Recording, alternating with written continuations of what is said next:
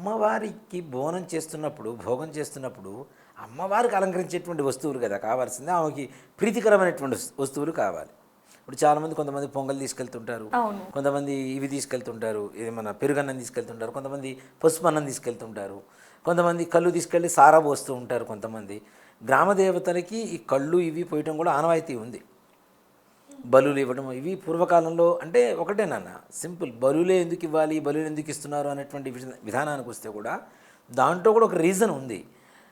పూర్వకాలంలో మనుషులు ఏం తినేవాళ్ళు? అన్నం లేదు, కూరలు లేవు, పప్పు లేవు, ఇవన్నీ లేవు పూర్వకాలంలో. ఒకప్పుడు వాళ్ళు తినేదండి జంతువులు. వాళ్ళు ఏం తింటారో అదే అక్కడ నైవేద్యం పెట్టేవాళ్ళు.